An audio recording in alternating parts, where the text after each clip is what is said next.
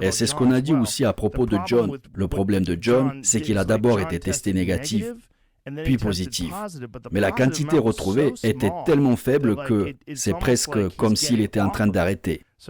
En gros, pour en tirer un bénéfice, il aurait fallu qu'il prenne pendant plusieurs semaines. Mais là, à peine quelque temps avant, il était négatif. Et maintenant, il avait juste cette trace dans son système. Donc il y a beaucoup d'éléments qui laissent penser qu'il a été dosé accidentellement, qu'il a pris un complément contaminé.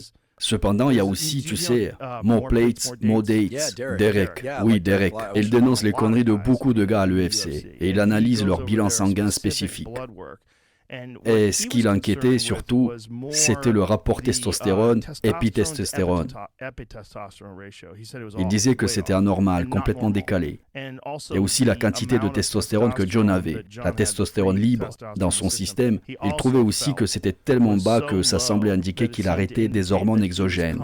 Et que tu vois, il pouvait y avoir peut-être un peu de masquage ou autre. Mais c'était suffisant pour que John Jones le bloque sur les réseaux sociaux.